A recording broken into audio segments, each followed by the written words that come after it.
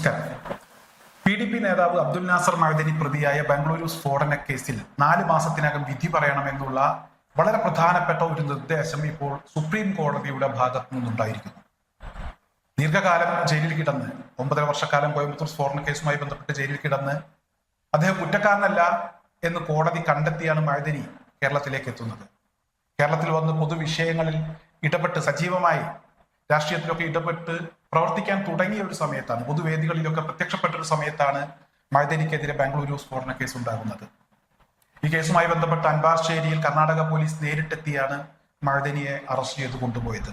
മഅദനിയെ കൊണ്ടുപോയ സാഹചര്യത്തിൽ അദ്ദേഹത്തെ അനുകൂലിച്ചും പ്രതികൂലിച്ചുമൊക്കെ നിരവധി പ്രതികരണങ്ങൾ ആ സമയങ്ങളിൽ പ്രത്യക്ഷപ്പെട്ടിരുന്നു. ഇപ്പോഴും മഅദനിയുമായി ബന്ധപ്പെട്ടുള്ള വാർത്തകൾ പ്രത്യക്ഷപ്പെടുന്ന സമയങ്ങളിൽ അതിനടിയിൽ അദ്ദേഹത്തെ തീവ്രവാദി, ഭീകരവാദി എന്നൊക്കെ വിളിച്ച് ആക്ഷേപിക്കുന്ന ഒരുപാട് കമന്റുകൾ എന്റെ ശ്രദ്ധയിൽപ്പെടാറുണ്ട്. പലതും വ്യാജ ഐഡികളിൽ നിന്നാണ്.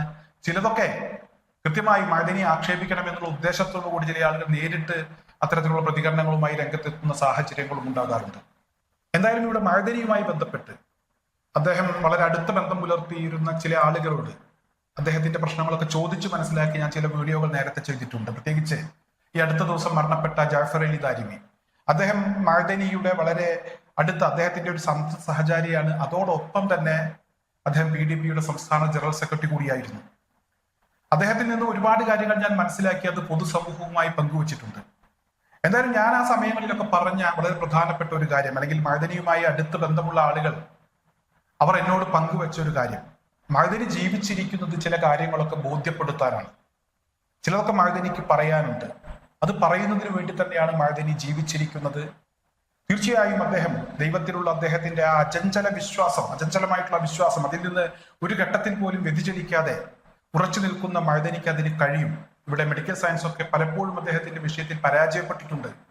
എന്നാൽ അദ്ദേഹം ഒരിക്കലും പരാജയപ്പെടില്ല. അത്രമാത്രം ആത്മവിശ്വാസം മഅദനിക്കുണ്ട് എന്ന കാര്യം അദ്ദേഹവുമായി ബന്ധപ്പെട്ട അടുത്ത പലരും പങ്കുവച്ചിട്ടുണ്ട്. അതെനിക്ക് ബോധ്യപ്പെട്ട കാര്യവുമാണ്. ഇവിടെ ഏറ്റവും അവസാനം മഅദനി പ്രതിയായ കേസ് കൂടെ 4 മാസത്തിനകം വിധി പറയുമ്പോൾ മഅദനിക്ക് ചിലതൊക്കെ പൊതുസമൂഹത്തോട് പറയാനുണ്ട്. അദ്ദേഹത്തെ തീവ്രവാദി, ഭീകരവാദി എന്നൊക്കെ വിളിച്ച് ആക്ഷേപിച്ച ആളുകളോട് പറയാനുണ്ട് എന്നുള്ളത് തന്നെയാണ്. നേരത്തെ മഅദനി ചെറുതും വലുതുമായിട്ടുള്ള നിരവധി കേസുകളിൽ അദ്ദേഹത്തെ പ്രതി ചേർത്തിട്ടുണ്ട്. കേരളത്തിൽ തന്നെ ഒട്ടനവധി കേസുകൾ ഉണ്ടായിരുന്നു. ഈ കേസുകളിലെല്ലാം മഅദനി കുറ്റക്കാരനല്ല എന്ന വിധി പിന്നീട് കോടതികളുടെ ഭാഗത്തു നിന്നുണ്ടായി. കോയമ്പത്തൂർ സ്ഫോടന കേസുമായി ബന്ധപ്പെട്ട് അതിൽ മഅദനിയെ പ്രതി ചേർക്കാൻ കാരണമായിട്ടുള്ള ഒരു കേസ് കോഴിക്കോട് കസബ പോലീസ് എടുത്തിരുന്നു. ആ കേസിലും ഏറ്റവും അവസാനം കോഴിക്കോട് കോടതി ഇവിടെ മഅദനി പ്രതിയല്ല എന്ന് വ്യക്തമാക്കുന്ന ഒരു സാഹചര്യം ഉണ്ടായി, വിധി പറയുന്ന ഒരു സാഹചര്യം ഉണ്ടായി.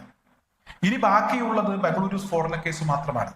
ഈ ബംഗളൂരു സ്ഫോടന കേസിൽ 4 മാസത്തിനകം വിധി പറയണം എന്നുള്ളതാണ് ഇപ്പോൾ സുപ്രീം കോടതിയുടെ ഒരു നിർദ്ദേശം. എന്തായാലും കുറച്ച് വൈകിയാണെങ്കിലും നീതിയുടെ വെളിച്ചം നമുക്ക് കാണാൻ കഴിയുന്നുണ്ട്. 16 വർഷമായി ബംഗളൂരു സ്ഫോടന കേസുമായി ബന്ധപ്പെട്ട് വിചാരണ പൂർത്തിയാകാതെ ജയിലിൽ കിടക്കുന്ന താജുദ്ദീൻ എന്ന് പറയുന്ന ഒരു വ്യക്തിയാണ് ഈ കേസിൽ എത്രയും പെട്ടെന്ന് ഒരു വിധി ഉണ്ടാകണം, തെളിവുകളൊന്നും തന്നെ ഇല്ലാത്തതിന്റെ അടിസ്ഥാനത്തിൽ ഇവിടെ അന്വേഷണ സംഘം കൃത്യമായി ഈ കേസിൽ വേണ്ട രീതിയിൽ ഇടപെടുന്നില്ല, അതുപോലെ തന്നെ കോടതി വിചാരണ അനാവശ്യമായി നീട്ടിക്കൊണ്ടു പോവുകയാണ് എന്നുള്ള ഒരു പരാതിയാണ് താജുദ്ദീന്റെ ഭാഗത്തു നിന്നുണ്ടായത്. എന്തായാലും നമുക്ക് ഉറപ്പിച്ചു പറയാം, മഅദനിയുമായി ബന്ധപ്പെട്ട് മഅദനിക്ക് ഈ കേസിൽ യാതൊരുവിധ പങ്കുമില്ലാതെ അദ്ദേഹം പലപ്പോഴായി പറഞ്ഞതാണ്. അദ്ദേഹത്തിനെതിരെ കഴിഞ്ഞ സമയങ്ങളിലൊക്കെ എടുത്ത കേസുകളെല്ലാം അത്തരത്തിൽ വ്യാജ കേസുകളായിരുന്നു. ആ കേസുകളിലൊന്നും അദ്ദേഹത്തിന് യാതൊരുവിധ പങ്കുമുണ്ടായിരുന്നില്ല എന്ന കാര്യം കോടതികളുടെ വിധികളിൽ നിന്നും നമുക്കൊക്കെ ബോധ്യപ്പെട്ടതാണ്. എന്തായാലും ഈ കേസിലും അനുകൂലമായ ഒരു വിധി ഉണ്ടാകുമെന്ന് തന്നെയാണ് പ്രതീക്ഷിക്കുന്നത്. തീർച്ചയായും ആ വിധി അത് കേൾക്കാൻ മഅദനി എന്തായാലും ഉണ്ടാകും. ഇതുവരെ അദ്ദേഹം ഇവിടെ മെഡിക്കൽ സയൻസിനെയൊക്കെ പരാജയപ്പെടുത്തി അവരൊന്നും അദ്ദേഹം അധികകാലം മുന്നോട്ട് പോകില്ല എന്ന് പറഞ്ഞ സാഹചര്യം ഉണ്ടായിട്ടുണ്ട്.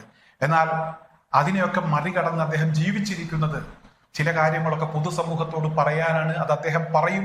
ചിലതൊക്കെ ബോധ്യപ്പെടുത്താനാണ്.